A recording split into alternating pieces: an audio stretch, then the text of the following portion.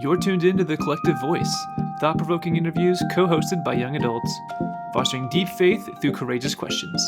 Welcome to the conversation. Greetings, everyone. Welcome to The Collective Voice. I'm Reverend Phil Dieke, the Director of Congregational Innovation at Austin Presbyterian Theological Seminary. And we're back for episode 2 with Hanna. Hanna is returning, and there was a little hiatus here between our first episode and second episode, which might be a really good thing, actually. There's some new things that have happened since the last time we recorded together, and we're excited to hear all about that. But more than anything, we're just excited to really dive in on your project that we got to just the tiptoe into it last time, right? In the last episode. A lot's changed with us too, right? Like Rudy has actually he's doing his PhD work now. And so he's still contracting with us on some pilgrimage work, but Rudy's no longer with us. So we're missing Rudy on the podcast too. Just, what was it, back in July maybe when I think we did the last episode? And I feel like with the way the world is working right now, the whole world has changed since July. Grateful to have you back, Hanna. And you just want to remind everybody who you are and where you're coming from? Yeah, sure. So my name is Hanna Newcomer Sliva, and I currently serve as the Associate Director at the Wesley Foundation at TCU. That is an extension ministry of the United Methodist Church out of the Horizon, Texas conference. I've been here roughly 3 years. Something that I think has changed since our last time speaking is that I'm now a certified candidate in the ordination process. Nice. Moving forward, pursuing ordination as a deacon in the United Methodist Church.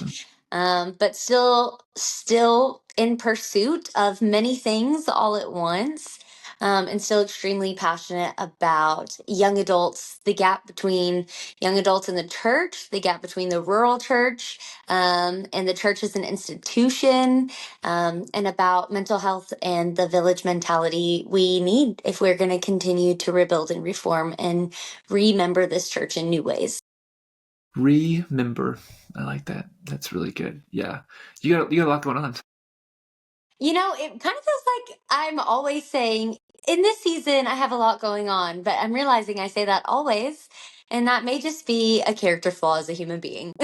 As they say, awareness is the first step, right? So let's hope. Let's hope, yeah. Okay, so again, we kind of dipped our toe in. Just 30-second minute refresher of Polaris as a whole, and then like your involvement and role in Polaris, and then like what commissioned you into this project, and then let's just dive in on the project. Yeah, I will do my best to keep this quick. So, Polaris Leadership Network out of Princeton Theological Seminary, an initiative that is grant funded for young adults in church or ministry or social exchange avenues to come together, learn from one another, and develop innovative ministerial projects. My project idea came about while I was in my opening retreat at Polaris last year. Thrifting, right? You were thrifting. I was thrifting. Yeah, we were walking through a consignment shop, looking at thrift clothes, and just really more than anything, lamenting about the woes of what it means to be a 20-something in the world today. Which is interesting because the world we knew in October of 2024 is a completely different world than the world we know today in October of 2025. Yeah. So much has changed, and yet much stays the same. My idea came about while I was thrifting out with some of the girls from my cohort. And essentially, I decided that I wanted to develop a theology of aging. That takes a look at what it means that God's intentional and intimate design for our bodies to show the passing of time on the surface of our skin, for what it means that God's design for our bodies is also to do what I think is intimate and necessary part of the gospel that Jesus displays perfectly, which is survival storytelling, which happens both through wounds that are still bleeding, skin that is scarred and healed but forever marred, and the pieces of ourselves inside that are wretched with age and wrinkles that not everyone gets to see the stories behind. So I'm currently developing this idea. It's kind of at an intersection between disability theology and practical theology. And what my hope is to eventually write a book that will explore this idea of a theology of aging. I'm under the working title, There is Wisdom in Her Skin, her being the divine. And I want it Good to be title.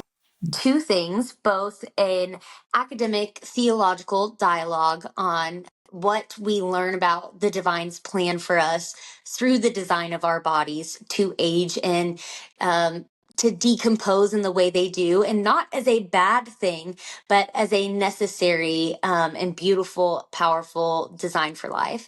And then also to be a poetic expression of the lived experiences of people who do live in bodies that have survived, bodies that have weathered and eroded and adapted to the way the wind blows. Just take a breath on that one. I feel like you just listed like 4 or 5 books. You have to have like a whole book series on this, right? Gosh, yeah. The academic version, the practical theology version, the pop culture version, the poetry version. Like you have a whole series here, which is beautiful. Like it's a lot because there's so much here to unpack, right? There So really is. And I will say, like, I have been known to dream up here and really kind of exist here. And then I have to, unfortunately, you have to cut your darlings and you have to pick pieces and bring them down to earth for what is practical and realistic and what can really be done. let's start there. In the season that you're in, right? What feels the most valuable or important to you right now? Not meaning you have to like throw all the rest of it away, right? But like Right. where you are now, what feels the most important?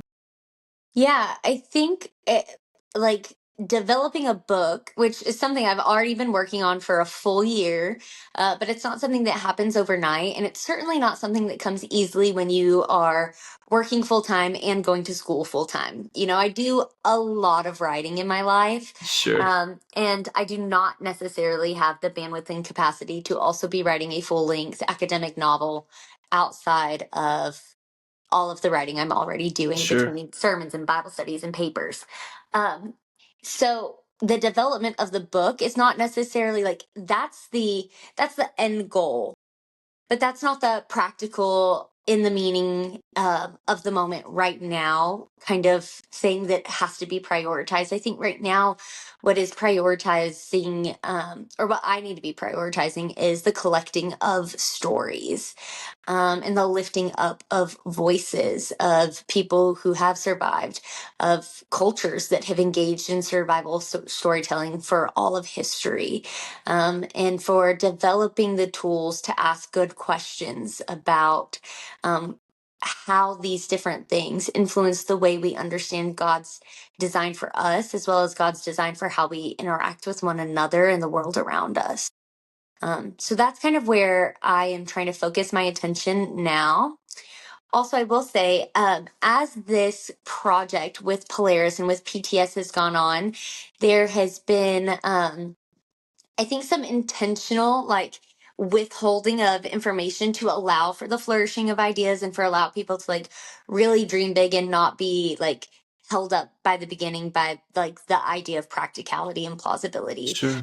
But as we've gotten closer to the end, we've been provided little snippets here and there of stipulations or of guidelines that probably it's good that they weren't there from the beginning so that we were able to dream and I could create this really big kind of idea.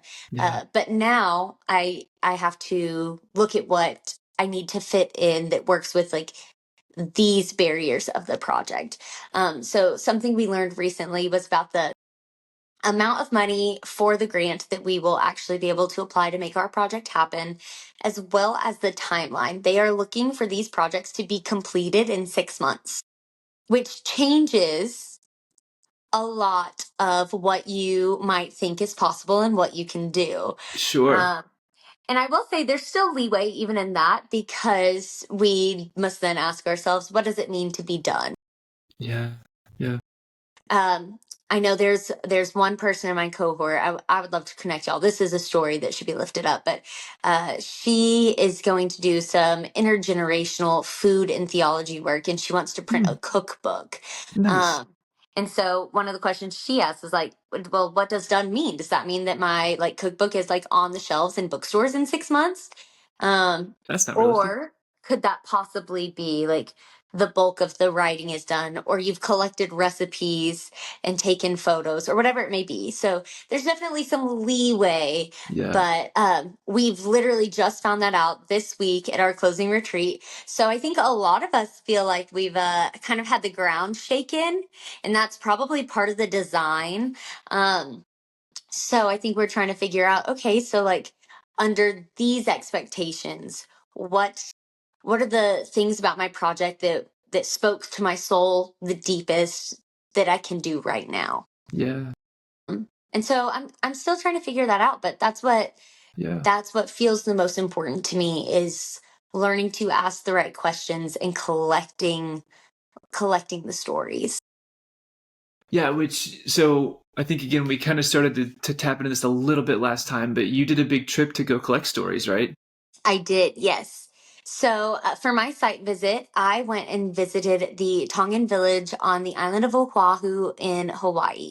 And I had a really hard time selecting where I would go. I knew from the beginning I specifically wanted to interview people who fell into a couple of different categories. I want to interview people whose bodies are severely scarred. I want to interview people who belong to cultures where there is an ingrained reverence for age, the elders, however they define that within their culture, as well as a cultural practice of survival storytelling. That's not a new concept. That's not something that I came up with. There are cultures all over the world, and even here in the United States, where that is the base of how people understand their identity and their heritage.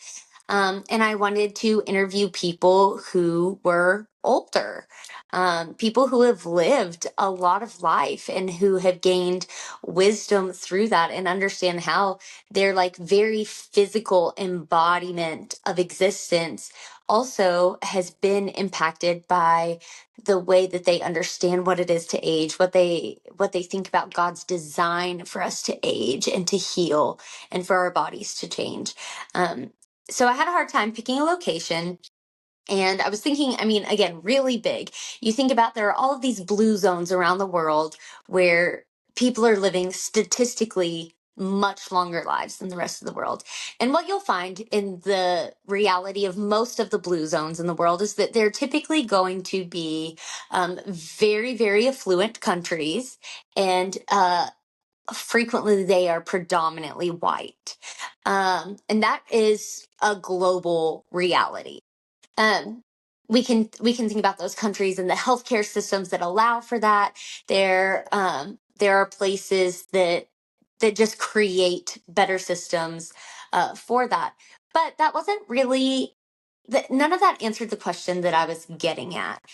So then I tried to narrow a little bit more, and I started thinking, okay, like I want to write about the context in which I live, which is the United States of America. Still, and we're still pretty up here, right? Right. But we Right. went from like global to the United States. Okay. And so then I started thinking, well, I don't really want to just go to places that are the most affluent places with the best healthcare and the best access and the best school districts and all of that, and ask those people about surviving. Because it's not the full story. It's a story that matters, but it is not the full story. Yeah. And so I started looking into what is the place in the United States with the highest life expectancy and what is the place in the United States with the lowest life expectancy. And actually was really shocked to find that the place in the US with the highest life expectancy is Hawaii. And this is interesting to me for a lot of reasons. The cost of living on one of the Hawaiian islands is exorbitant. It is insane. And so I think that there's probably systemically a lot more that goes into Hawaii being one of the highest life expectancy places in the United States. And I'm curious because you think about when people hear Hawaii, they very frequently think about like resort destinations. They're thinking Right. about touristy stuff. Yep. And that's there, and you can find that. Is that what's contributing to the highest life expectancy?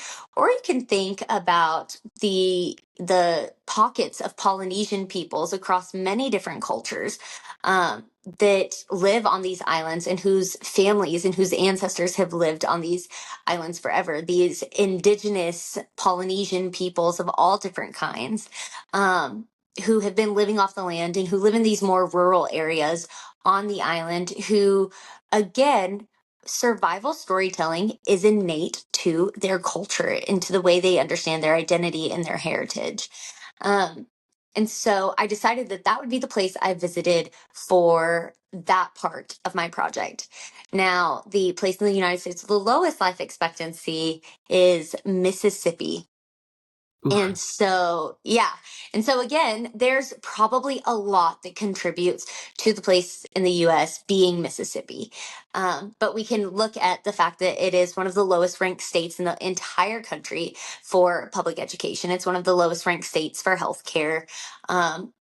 It's one of the lowest ranked states for the population per capita of people who wow, Oh, the fall poverty line? below the poverty line. Yeah. And so it's really interesting to think about that.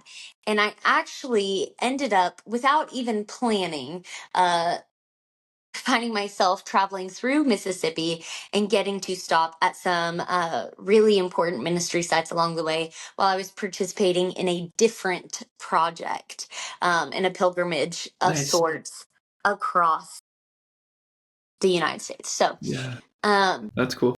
yeah. So I knew I wanted to do that. When I submitted that plan, I got the pushback that I was trying to do too much and I needed to focus in and hone in. And that was good feedback.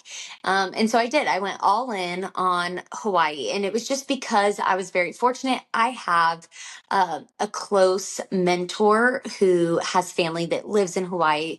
Nice. In one of the pockets of Tongan people there.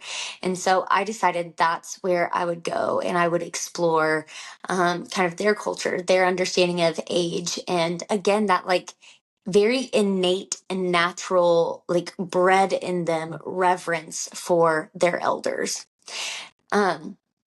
And so I did that. And went and stayed again on the island of Oahu. We kind of bounced back and forth. I stayed in a couple of different places, but my big things were I wanted to do things that connected with the land and creatures in the area. I wanted to connect deeply with the Tongan peoples that I was around about their understanding of God and how that impacts their culture and the way they move, live, and breathe in the space that they're in. So I had to do a lot of moving pieces and switching things around, but I was really fortunate to be able to go. And actually, I flew in. I overnight. I got there early in the morning. Plane landed. Went straight from the airport to the Tongan service at the UMC. Nice. And it was amazing because I didn't plan it this way, but I ended up being there on the Sunday of Mother's Day. That's the day that I arrived. So we're talking about a matrilineal culture to begin with. And then That's awesome. unplanned, I ended up being there on the day they celebrated Mother's Day. And I got to listen and be present for the Tongan speaking worship service. And then I stayed for the English speaking service afterwards as well. But it was just so beautiful. They have a tradition that you'll see as you may in many movies that take place in tropical locations, that there are these leis. But the leis that you will actually find, especially in religious ceremony in these cultures, are hand tied, and these women spend weeks preparing for these events where they will honor somebody with leis. And the day Wow. that we were there for Mother's Day, they had every mother in the church. And they talked about what it meant to be a mother, because mother can mean many things. And they did not extend mother to just being people who had birthed children, or just being people who currently have living children.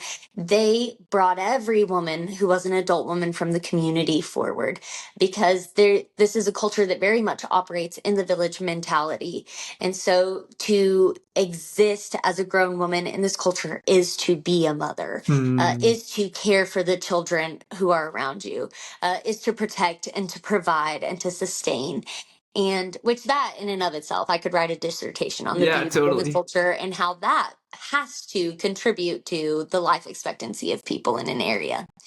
Um, But they pulled all these mothers forward, and the rest of the church stood and sang to them and sang these songs about the sacrifices made by these mothers and honored them with these hand-tied lays. And I have these beautiful pictures of like young people wiping the tears of their elders as they're falling, and standing side by side and singing these songs that have been passed down through generations. And it was just such a beautiful, I think, example and imagery of what it truly means that we all do belong to an inherited faith. Yeah. We are very much connected to the divine through this intergenerational like weaving of stories. Yeah. And that speaks to me specifically because having been raised non-religious and outside of the church, very intentionally removed from, um, when I was younger in my Christian journey and when I was still trying to, I say younger, actually not that far though. I mean, Yeah. even when I very first began seminary, I really think I very selfishly had this idea that my faith was self-made, and this was a faith that I built from the ground up, because it's not something I inherited from my parents, or it's not something that was taught to me as a child. Yeah. um, and I have grown to learn and see it in a different way. And I mean, the reality is the fact that a single of us has faith at all is to belong to this intergenerational weaving of storytelling and of witness and testimony. Um, and my faith is just as much a part of that as anybody else's, despite when I came across it or chose to hold on to it and grasp it and Right. call it my own.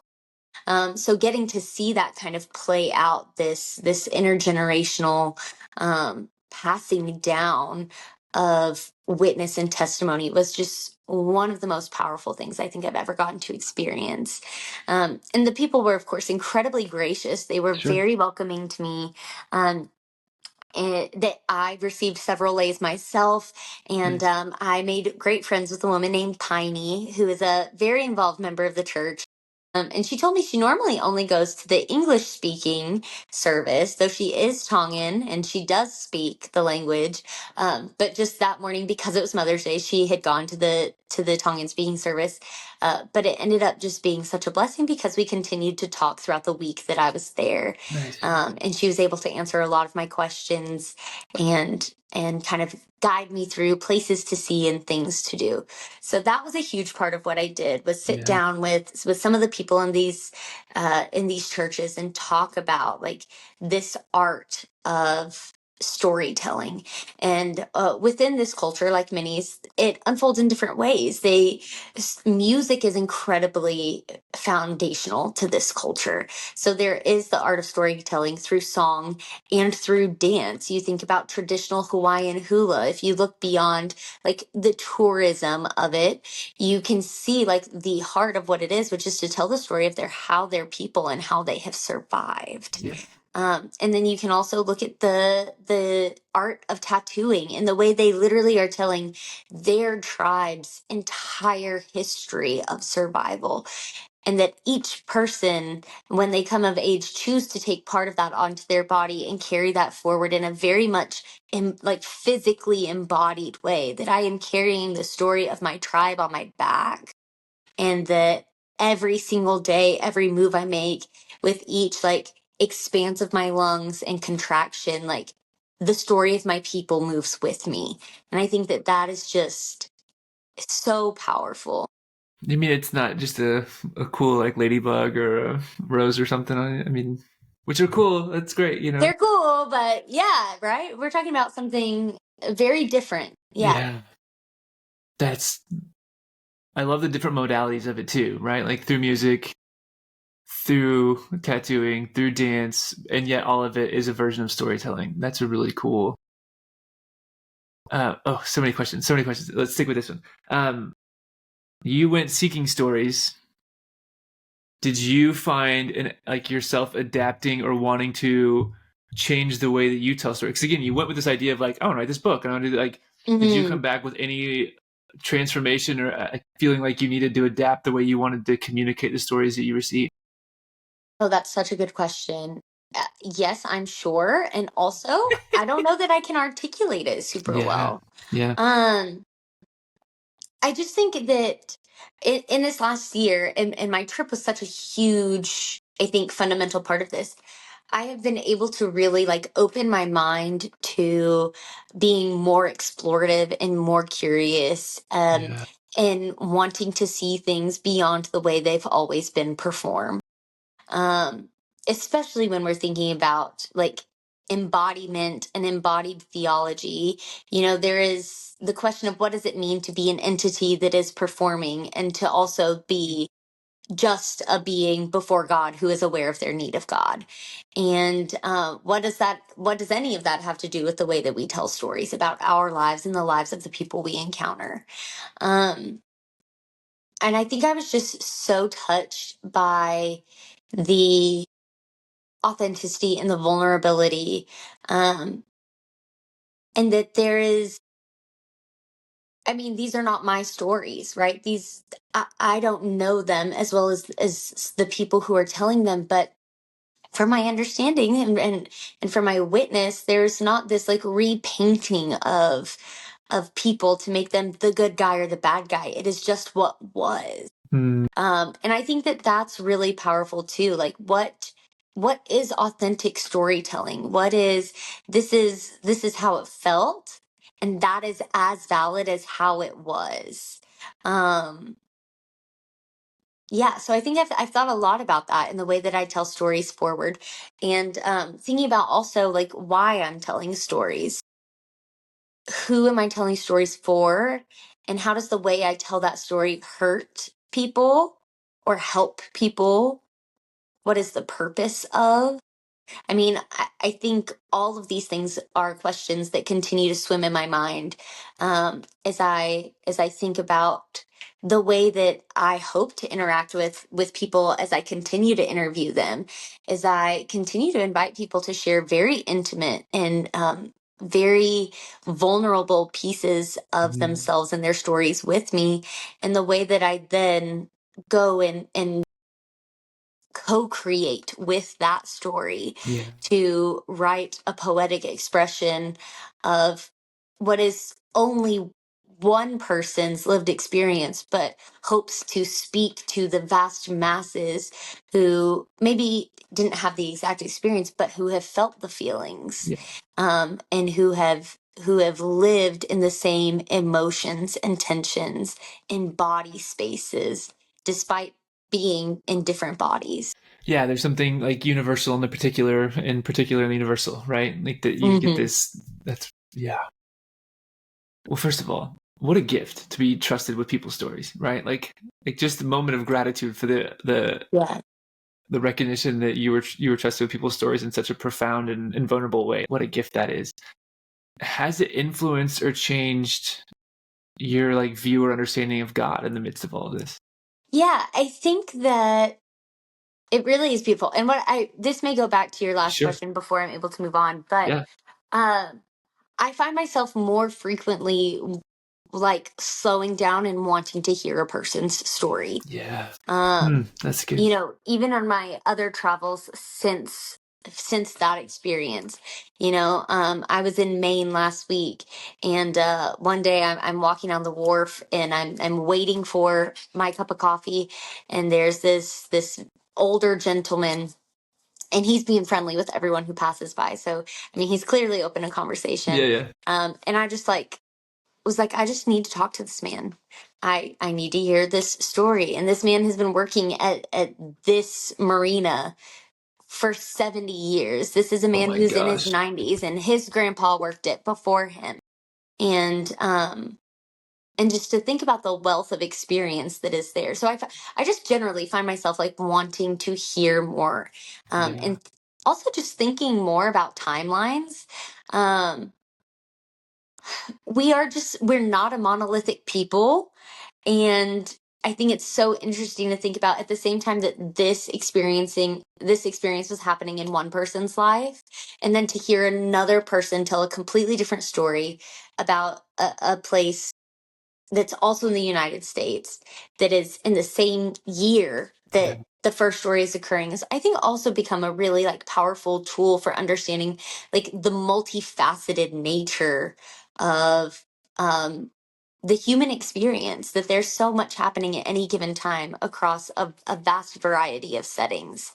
And when I think about that in reference to like God as a being, and maybe not necessarily as much as a being, but specifically as a presence in Mm-hmm. all of these places and in all of these times, where over here one person is suffering and over here one person is in victory, and to think that God is as present in each, Yeah. even though both people may feel certain that God is absent, is really interesting to think about. So I've certainly been able to identify and feel like the gears in my brain turning differently Mm. in the way that I think about what it means to believe that God is present, and what it means to like search for that presence with my eyes when I'm in spaces, when I'm listening to stories or in conversations. Like, so frequently in Christian spaces, you'll hear, "Where are you seeing God?" And this is where I'm seeing God. And we can see God in many things, ways, and Sure. places. Yeah. But I think all of this has very much contributed to kind of adjusting the way that I think about what it means for God to be all present in all places, and seeing more so God God's presence less as a setting or a third being kind of like hollowing back here, Yeah. and more as like a God is present in the person standing in front of you telling this story, Mm. and God is present um, in the people in the moment that they are suffering, and in the people in the moment that they feel a victory. Um, God is present in me as I'm walking down the wharf thinking, "Oh my God, did I see a dolphin?" And God is present in the old man who has been standing there for 70 years seeing the same dolphins. Yeah. Yeah, it makes me think of like John Caputo in Radical Theology talks about God as event, like referencing God as event, and kind of just the whole process theology's understanding of the unfolding of God and like God's influence on creation, but creation's influence on God, and how, like it's a shared storyline, right? And like God then as the divine observer of the great story, right? And then it's really cool. That's a really cool, and to be able again to have these different threads of these stories and piece them together, and that's so cool. That's a lot to sit with. It has been a year of adventure for me. It really has. Well, I love it. Like I love that it's transforming you to be so curious about people's stories in general, right? Beyond just a project, right? Mhm. You were invited to do a project, but this project is now transforming the way that you interact in the world. Like that's really cool. Nice job, Polaris. You've done a good job. Yeah, shout out, Polaris. You've done a good job. Is there a story or two that you like? The one in Maine is cool. I love that. Is there one or two other stories from the Tongan people that you were with that feel? I'm sure you have a million of them, but Yeah, yeah. I sat for probably half a day with a man who is an artist, and he paints the landscape, and it started as a way for him to just try to like make a little extra to provide for his family. And now he is a very well-known artist. And all of his things are sold in different tour shops and in gift shops and kinds of things. Um, but all of the art is featuring his people and featuring the landscape off of this coastline. And so I sat with him for probably a whole day, or a whole afternoon, I should say, watching him like paint these pieces, um, and hearing him talk about each one, right? Like he has this one painting of like three or four women literally like walking across the beach. And it's more silhouettes of their bodies than like these detailed paintings. But one of them is pregnant, and one of the people walking along is a small child. And it's all of these women, and you just see the ocean like literally roaring, like there are torrential waves. in the background, and like nevertheless they walk the beach. And that was like the one that I asked, like, okay, can you tell me the story here? And he said, no, this is a story that can only be lived, not spoken. Oh, And I literally, like, that keeps me up. That keeps me up. And I bought a print of it, so I nice. have that in my Bible now. And I think about that too. What are my stories that could have only been lived and never spoken? Yeah. I won't ask you to share any of those. What you come up with on that? That's pretty personal. It was a really good, like, intimate Yeah. invitation into introspection, right? Like, to be thoughtful and considerate in that way. But it was just overall, it was an amazing trip. I didn't speak to a single person who did not impact me in some way. I used a lot of this time, while I was away on this trip, to try to like reconnect with my own spirit, or just discover new ways to connect with my own spirit, Yeah. and kind of take some time away from like the productivity and the performance that we have now forced into the existence of being human. Yeah. And so I did a lot of hiking. I also tried really hard to engage again with the land and creatures in the space I was in. So I was literally consuming every piece of knowledge I could about the wildlife, about the plant life, um, which was wonderful. But I also worked to, as I was like building my trip out and making plans, I worked to be really intentional about only working with organizations that were local. Or organizations that are conservation based, where there's this kind of a new wave. This is something I'm really interested in for like to think about in the future when I have time to breathe. But Book number 6. right. Right. Gotta get through everything else Yeah. first. But like conservation tourism as an Yeah. act of worship, Whew. Wow. and like what could that look like? So I got to do some really cool things with a couple of different conservation efforts. So I spent one day replanting indigenous trees that their root system literally is what banks sand and creates beaches, which is necessary for all marine life, but specifically for endangered sea turtles, because this is where they come and they lay their eggs. So we got to see where an entire beach has been regrown over the last 27 years because of the planting of these indigenous trees. And it's crazy. It's like this big, the little tree plant. I For those planted listening, she's totally like just inches big. yeah, literally, like so tiny. And they grow into these almost shrub-like bushes, kind of. Um, but the way that their like roots spread and grow out, it like grabs and pulls in and creates these sandbanks, which creates the beaches. Um, and that was it was really cool. It was very fun. And we did that on a piece of the coast that is owned by a conservation. And I was also able to plant 19. I planted one for myself and all of my cohort mates, Oh. from my Polaris Leadership Network cohort. And I don't know what every person's individual project is, but it was again just one of those like reminders for me that like I'm not saving the world. No single person is saving the world. Arguably, no people are, but like Yeah.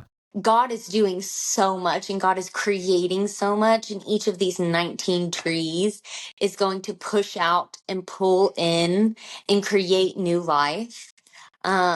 And so I did that in honor of each of my cohorts. And then another day, I went with a conservation organization to go on a shark dive where we would just be swimming with sharks off of a reef that creates a really, really good feeding and breeding ground there. Um, Quite possibly the most majestic experience of my life. And I probably never felt more human ever than in that moment, which was, again, just powerful in a different way. And a lot of this is going back to this idea of like, what is God's design for our body and what can we learn about God's design from like actually listening and stopping and feeling what is happening in our bodies. We had been told when we were riding the boat out there, and we're with the conservation organization. It's called One Ocean. You can actually watch a documentary about them on Netflix about Ocean Ramsey.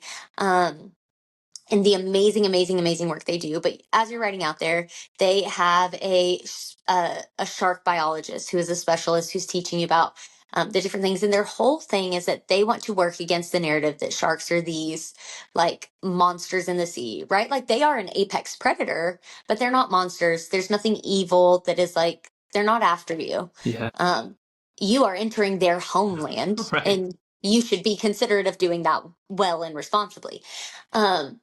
But we got to hear her presentation and it was amazing. But then they had told us to, like, chances are you're going to see a bunch of Galapagos sharks, some sandbar sharks. Like, if you are lucky, maybe you'll get to see a tiger shark. And we're like, cool, amazing. They're all sharks to me. Awesome. That's right. I don't know anything. Sounds good. Right. Anyway, we get to where we're going to dock out, and our like guides start getting in the water, and they're like trying to get us all our goggles and our flippers and all the things. And one of the guides pops his head out of the water and he's like, everyone in the water now, there's a whale shark. And this is like the unicorn of the sea. Like, you don't see these. And the person who's leading our tour is like, I've been doing this for 23 years. This does not happen. And so everyone jumps in the water, and the water's like pretty rough. I mean, it's like bobbing. And so there's a line on the boat for you to hold on to. But literally, you get in, the water's crystal clear. There are hundreds, I mean, literal hundreds of sharks swimming around. And they look like minnows. They look like tiny fish, very small. You know why? Because there's a freaking 30-foot whale shark just floating by. And it's like, I could literally feel every muscle in my body. I'm submerged in water. I could feel every muscle in my body like tense. Yeah. And like, I literally have a snorkel. I could be breathing, but I'm not because I can't. I literally can't breathe because I'm so in shock and awe. And at that point, I don't even think I had the wherewithal to even realize like what a magnificent moment that would be. But then you think about, again, like the biology and the chemistry of like what's happening between your brain and your body that creates these like physical sensations. The way that like anticipation will seize your legs, or the way that nervousness will turn your stomach, or the way that you can end up literally just frozen looking at something that is so marvelous. You know, like we have all these words in the English language that we have no reason to use because in our day-to-day lives, do we see things that make us marvel? Yeah. And to like be literally struck in marvel was, I think also, it was just a complete spiritual experience. I love that you said it made you feel more human than you've ever felt before. Yeah. I really feel that way. Beautiful. Like I was so aware of like the anxiety and also the awe and the just complete disbelief, and also feeling very, very small in a very good way. Yeah. And just remembering like I am one micro part of one microcosm of millions and millions. Multitude. Just really beautiful. And so you think about like that too as like your story and what are the other microcosms that make up your story, and what are the factors that you leave out when you tell it. I think is all really powerful. So it was just an amazing and beautiful and wonderful experience. Oh, so cool. I love that you got to do that, and the meaning making that you're taking from it, you know, like that is another gift, right, in and of itself too. But the continued gift of it is that you're not just holding on to it, that you're wanting to turn around and share it and create something out of it. I think I want to kind of circle us back to this idea of aging, because I am also curious, like, what do you have a hope or an expectation? Maybe hope's just better, for what this theology of aging might offer to the very particular here and now of our culture that we find ourselves in right now. Yes. And that is just full circle for me because it brings me back to what started all of this. As a survivor of suicide and as someone who is incredibly fortunate beyond what I think there are words to express, that I get to look in the mirror today and even at 28 see a version of myself I never believed would live.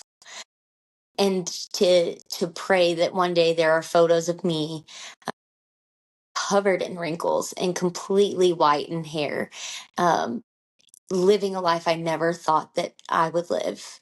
I think, like, for me as a suicide survivor, that will always hold meaning. The hope to see versions of me living life that I didn't even believe there was hope for. Yeah. But beyond just people who struggle with suicide ideation and the hopelessness that impedes a person from believing that there can be a good future. I think we're living in a really terrifying time right now, in the media and in Western beauty culture, in which we are trying to literally erase and eradicate proof of time. Yeah. We are trying to erase age. You look at, we're seeing this struggle even as film directors are continuing to try to make period timepiece movies.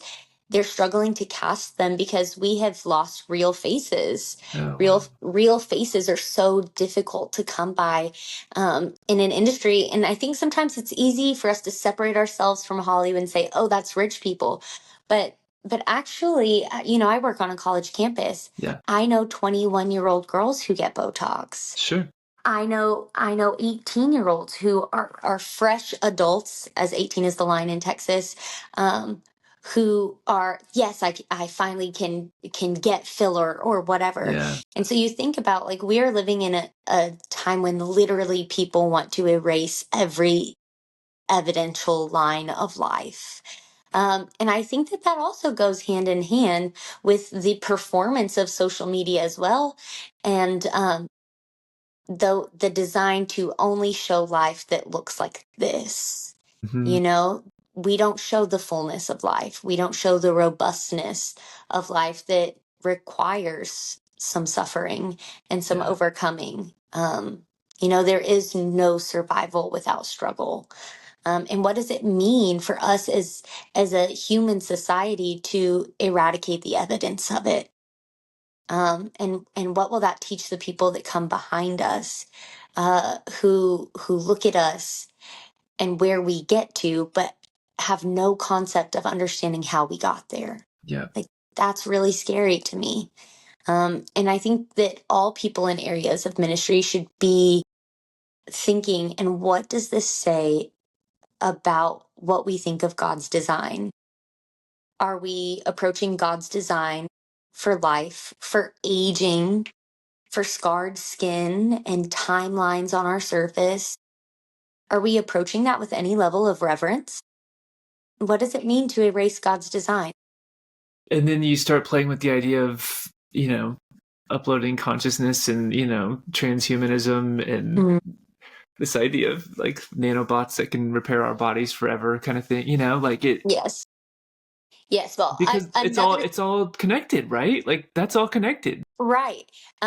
I'm kind of known in my community for my complete and utter disdain for AI and my religious refusal to engage with it. And I know that's like a hot take, Hot hot take topic for a lot of from a people. 28-year-old. I know. Oh yeah, Such a yeah. Luddite. I know. Like, what do you want from me? Yeah. Um, but we should be thinking about what it means that we are eradicating the Creator's eye. Like, my eyes can only look at the world and see what my eyes can see. Nobody else can look at the same thing and see what my eyes can see, or yours, or the next person's, or the next. And I don't want to blind the world of my neighbor's vision. And I don't want to participate in that. Yeah, and just this, so much of it gets rooted not only in the fear behind the fear, right? The fear of aging is like this loss of whatever is viewed as pristine or perfect. I don't know, whatever it is. But the real fear behind that, though, really is a sense of death, right? Like there's still just this immense fear of death. Right. And if we are so scared of death, like, do we really believe in a resurrected Christ? Yeah. Right. Like, right. And also, again, a Christ that came back, wounds still bleeding. Yeah. Like, it was not a bad thing to be scarred. Yeah. It is not a bad thing to be scarred or for our bodies to tell stories themselves. It is literally the scars on Jesus's body that made him recognizable as the Son of God. There you go. That's a word. Yeah. And so what can I say about the scars on my body? Mm-hmm. And the What signs of stories do they time? tell? Yeah. Both the scars that are the result of tragic circumstance and also the scars that are the result of my own choices. And are they not as much the sacred design of my resurrecting God than anything else? Yeah, and in some ways of your own, like, little resurrection, right? Yeah. Whew, okay, well, on that note. Sorry. No, I think it's just like this is such a profound project you're working on, and it feels very important and needed in the season that we're in. I know we keep coming back to seasons. So thank you. Just thanks for like taking this on and engaging in this and then being willing to share it in such a beautiful way. And we're grateful through 787 that we get to be a part of that story, in little ways here and there. And then also just as a, future clergy, right? Like a colleague that we get to be Fingers crossed. Of ongoing ministry exploration and that shared story too. So it is just it's just really cool to see this story unfolding. And I think my last thing, if people are really interested in engaging in this idea of theology of aging, is there good ways they can get in touch with you or connect with you about that? Yes. Yes. So, like I said, when we got the information about how we are supposed to be designing products that can be completed in 6 months, and that kind of like switched around the ideas of what some of us were going to do. I have decided that I'm going to reformat my plan to collect stories through podcasting. Oh, cool. And so very soon you will be able to find, it's not available yet, but and I will be happy to share this information, Phil, with you once it's available and the 787 voice can lift it up as they choose. Sure. But you will very soon be able to find There Is Wisdom on Her Skin on Instagram and on TikTok. And hopefully by January, you'll be able to hear our very first podcast, which will feature the interviews of people who are choosing to share their stories of survival. Nice. That's so fun. Good for you. Clearly, I'm a big believer of podcasts. Here we are, right? So true.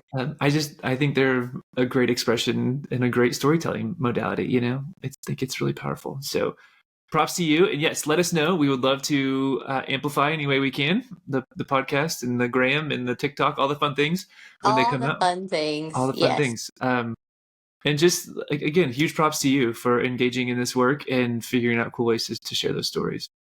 Thank you. I'm so excited. I'm extremely grateful to the 787 for nominating me to begin with a year ago, which is crazy because, Phil, that means that we met only like a year and a half, 2 years ago. I know, right? It does feel like a lot of life has been lived in that amount of time. It feels like so much life has been lived. Hey, we're always writing the next story. There we go. Yeah, that's exactly right. Yeah, exciting things ahead for all. Awesome. Well, continued blessings to you in the ministry you're currently doing and in the ministry you continue to build, and we look forward to following it. Thank you so much. Yeah. Grace and peace, everyone. We'll catch you next time. Thanks for listening to this episode of The Collective Voice, the premier podcast of the 787 Collective. For more information, visit us at 787collective.org or find us on social media. And if you enjoyed what you heard, be sure to subscribe, rate us, and share a review. For when you do, you are tricking the algorithm for the common good.